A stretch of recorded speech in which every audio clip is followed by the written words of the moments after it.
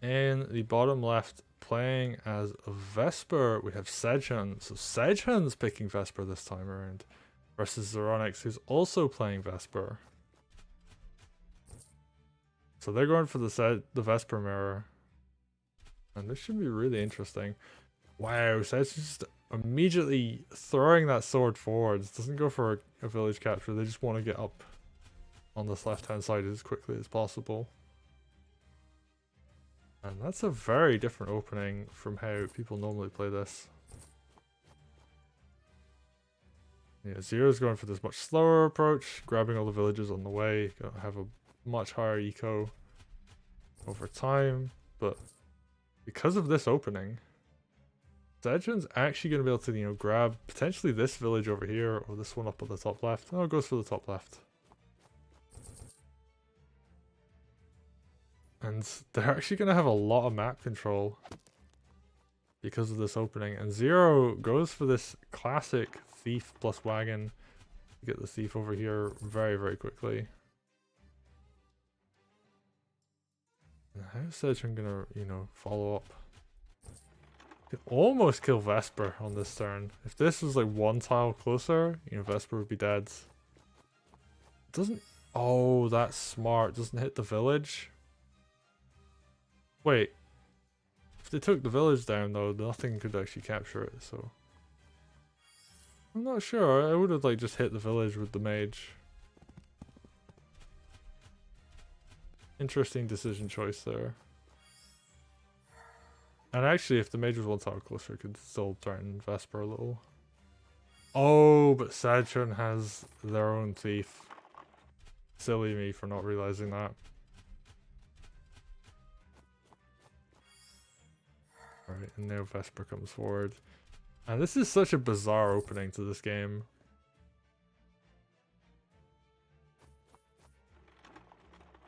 And we're just seeing, you know, the thieves come in.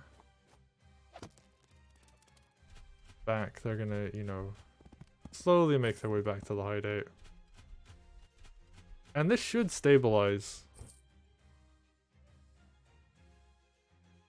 We're gonna see, oh yeah, Harpy crit. Oh, perfectly lined up. Sedgehun's definitely been practicing this map. Definitely been putting in time, thinking about the best way to open, thinking about good follow-ups. Vesper just being super aggressive here. Goes for follow-up, hits the village. Mage could heal Vesper as well, so... You know, the knights come in, they want to bully. They're not going to do too much. They do some damage. That's actually quite good damage. Nice gold trade there. It's a bit of pressure on Vesper. Dragon's up as well. But that did also feed Vesper a little bit of groove. And that's not so much damage that she can't heal. Alright, dog. Plus the Harpy knocks that village down. Oof. Very calculated. Alright, and this thief's going to be able to drop off next turn. Vesper walks back, heals off the village. And this is pretty much completely even. Like, Zero's thief's going to get back a little bit quicker, but... Oh, and they do have Groove a lot sooner. So Sedge is going to be like one turn behind. Oh, and that dragon's so scary. Oh no, this is actually really bad. I was thinking, oh, you know, it's relatively even, but... No, Sedgehun is quite far behind. You know, I did like this play up on the right hand side, you know, using the Harpy very well. Knocking down all these villages and taking them, but... Oh, Zero did a really good job of keeping up in that regard.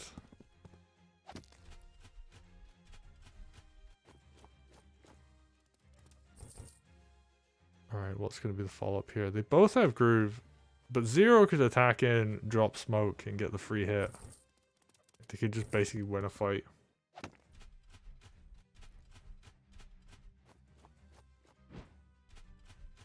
Right. And actually not going to pop Groove. They're just going to, you know, move forwards, get into position. Oh, but I don't know how I feel about that, because now Sedge can attack in. And they can just smoke it up. I love this thief positioning to capture this village on the left hand side. Wow, Sedgehun isn't going to pull the trigger either. He's going to move units into, you know, safe positions. Wagon comes forwards. Gonna use that as a wall. And what are we gonna see? Dragon goes very deep, and yeah, we're gonna start seeing smoke get used here. Cool thing here is that even if the surround comes in on Vesper, and the smoke comes down after, she can then smoke as a follow-up. I cast a long shadow. And stay alive for one turn. And you just position the army to, you know, threaten to follow up.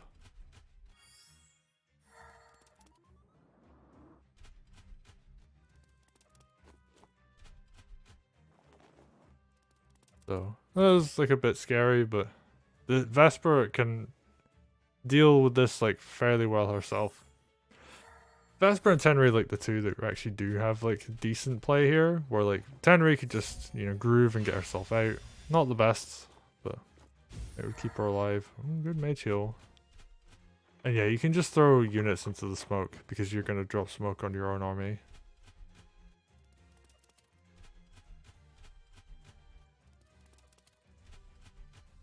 Yeah, Sedgehun is just like, yeah, I'm just going to bring all of my army over here and drop smoke. I cast a long Where's this going to be dropped? Like, there? Oh, wow, it just does it 1-to-1 over it.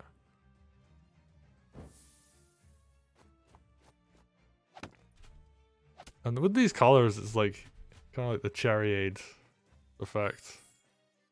Both like got that bubbly soft drink on the go. I love the wagon positioning to follow up with the thief.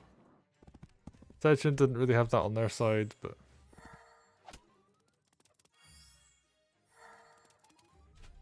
it's fine. It's not really a long walk back, so you have to kind of go around, but they'll get back eventually. They're only like a little bit behind on the thief action. I'm actually kind of curious if we're going to see some kind of like lethal on the thief. In theory, it could happen. Is it gonna? Are we gonna see it? Oh, not quite.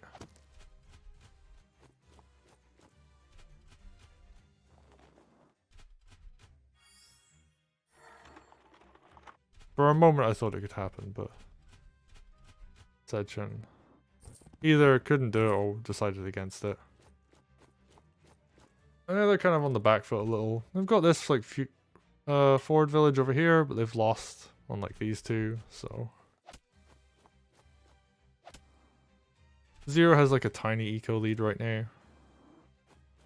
How are they gonna follow this up? Ooh, nice hit on the witch. Just gets a little bit of damage. All they have to do is put like a knight here and they're fine.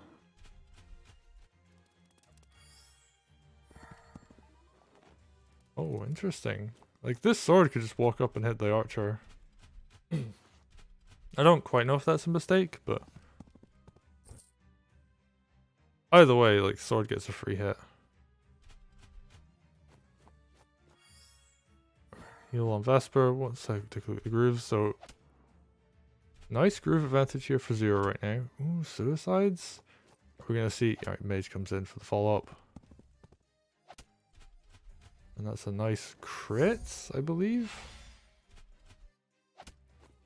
Alright, and we're just seeing a whole bunch of damage come in. And yeah, sword comes in, gets that hit on the archer. Does a nice chunky bit of damage. That's about 300 gold's worth of damage.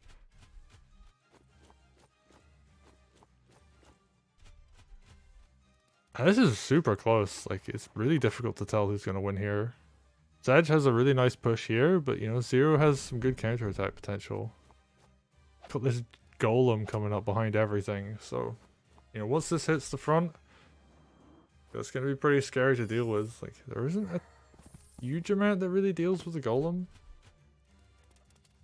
You know, like I guess mage crits could do some work. Like Harpy does decent damage to a golem, like 20%, so there's no counterattack damage. But yeah. Zero has to, you know, back it up. Can't stay in here for too long.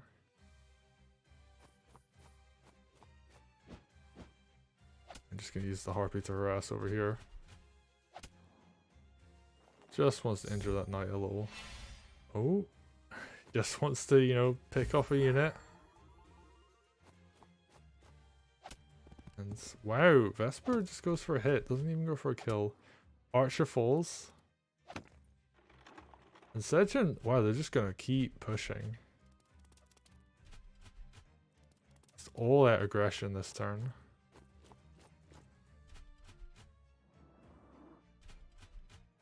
All of these spears are just coming up as well. And Sedge, I mean, once you're in, you're in. Like, you can't really dedicate like a small group of units that will then get killed.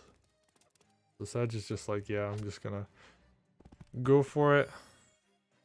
Actually, because of the damage dealt over here, like, you have to injure the sword and use the knight to take this village down. And the harpy being over here forced this mage over to the side. And we'll see if that ends up being significant.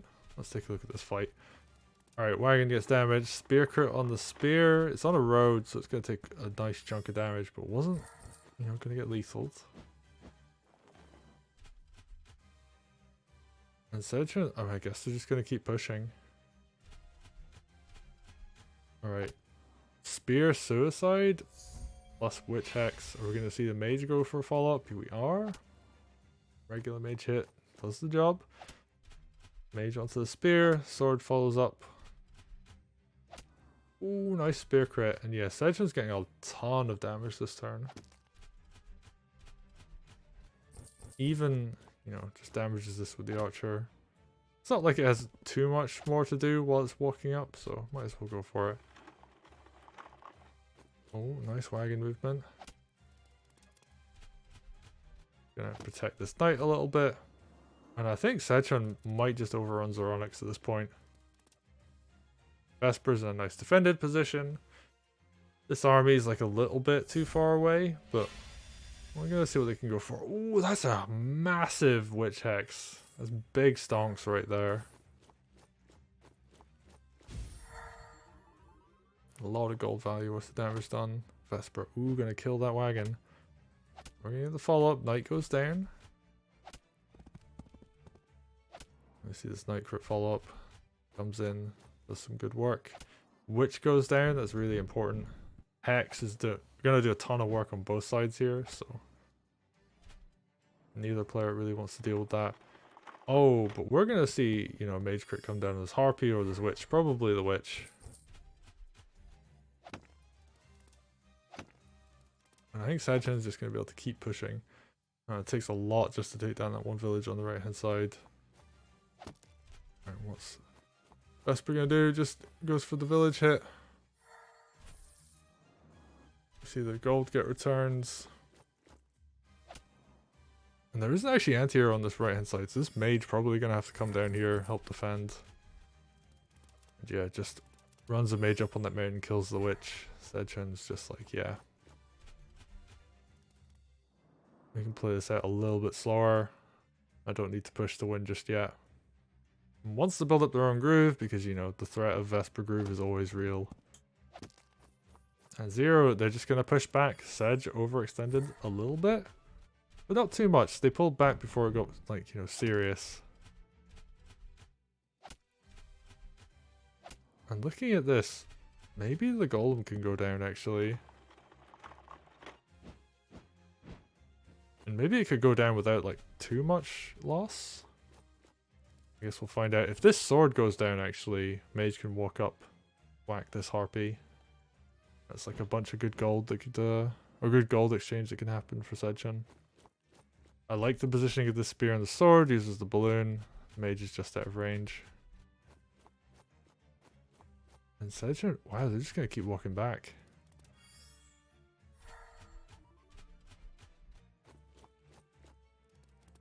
Very much respecting this golem. And I can see why. Golems are terrifying. And they're just going to wait for that dragon to get into position. But there is Vesper Groove, so the golem could walk in and do some damage and be completely safe. And now it's Zero's time to get big economy. takes a whole bunch of villages, walks across the center of the map. Both players still have like a decent chunk of time left on the clock, so they gotta play fast, but then don't have to rush. And damn, Zero's just knocking down every village. But now Sedgehun gets to be the one in the driver's seat, because they can counterattack this turn, do a whole bunch of damage. And yeah, we're gonna see this knight go down. Oh, there's a mage nearby. I'm not 100% sure if that's the best idea. We're gonna see some kind of like super high level IQ play come in here. I don't know. But this dragon's gonna take some damage. I guess they were just willing to, you know, trade dragon health for a golem. Okay, we'll see how this plays out. Alright, mage comes forward, hits the balloon. What we're gonna do for this follow-up. Hits the dragon. Wow, that did a huge roll. That might have been like a straight up 90 damage. Plus 5. And this dragon is very, very weak. And that means, hey Zero, you can now like, you know, walk your golem up.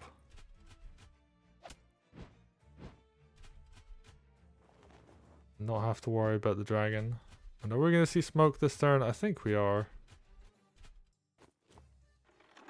That's a lot of counter attack damage that could be avoided. No, Zero's saving it. I guess they recognize that Sedge actually can't really do too much this turn. Alright, and is Sedge going to be the one to groove this turn? I guess that's the question. Dog comes in, dog crit follow-up, gets the kill. Sword hit onto the mage in the forest is a good gold exchange. Like, you're gonna take a crit back, but you're gonna hit that mage pretty hard. Alright, and now we got smoke shreds. All of this army is safe. And yeah, just wants to heal the dragon up. It even decaptures this village. And this is fairly even.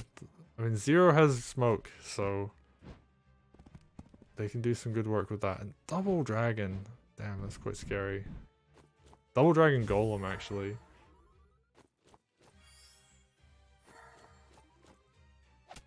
And, oh, the mage runs around, hits the dragon again. So much gold. It's like 2,000 golds worth of damage this mages have done to this dragon. And all this dragon did was kill a knight. And I guess this mage is now vulnerable to getting killed, but could be doing a whole lot more. Right, spear crit isn't going to finish. And yeah, this dragon just has to walk back and heal. What are we going to see? More groove building. I mean, we're going to maybe see an opportunity if both players play extremely quickly. But I don't know if that's going to be the case. And what's Sedgehun going to do? They're turn 20. Just hitting that dog. Zero. How much time do they have left? 15 minutes. So they both got a decent amount of time left on the clock. But they have to end the game. And I guess the question is, like, how is Zero going to do that? And they're going to go very deep with their army. So I believe we're going to see smoke this turn. Both dragons could go in, do a bunch of damage. No! Zero's not pressing the smoke button. They're just going to keep saving.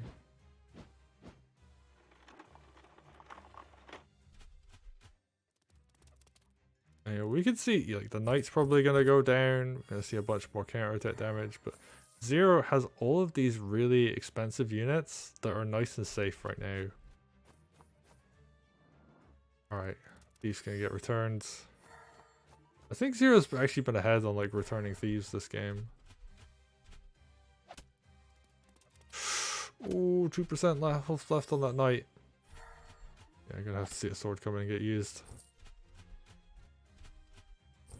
And Sedgehun, they just have to keep pulling back. I think Zero just has this big economy lead right now.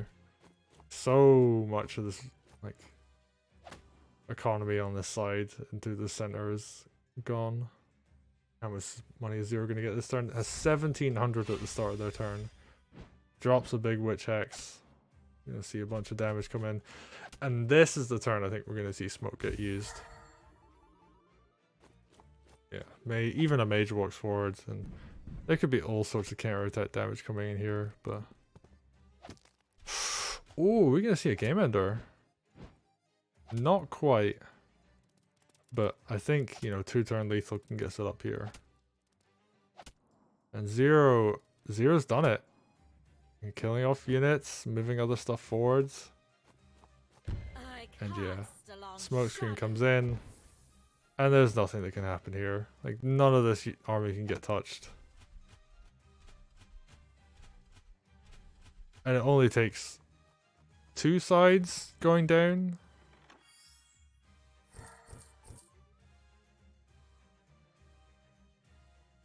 And Sedgehun, they played an incredible set. Like, really nicely done. But at the end of the day, Zero is sitting on top of their strongholds. And they can't even touch the army.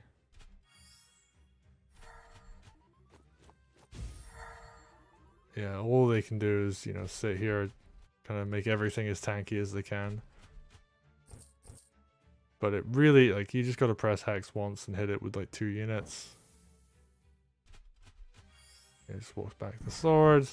Golem's gonna kill that, and yeah, just 1 dragon, 2nd dragon. And Zero takes it 2-1 over Sedgehun in a very good set. 2 extremely close games. Very hard fought there by Sedgehun. And they take it. They go through to the winners finals for Group of War 7. Sedgehun falls to the lower bracket. Guaranteed top 6. So they're still in it. And they are in the prize section of the tournament as well, so they're gonna still be in this event. They're gonna be, you know, taking some names in a while. A bit more losers bracket, so Sedgehun actually gets a bit of a break. They get a bit of a time to get some practice in, go over the replays of the games they played, see what other people are doing. But yeah, at Zero, we're gonna see them in winners finals. But that's us for this set. We're gonna go into the next one.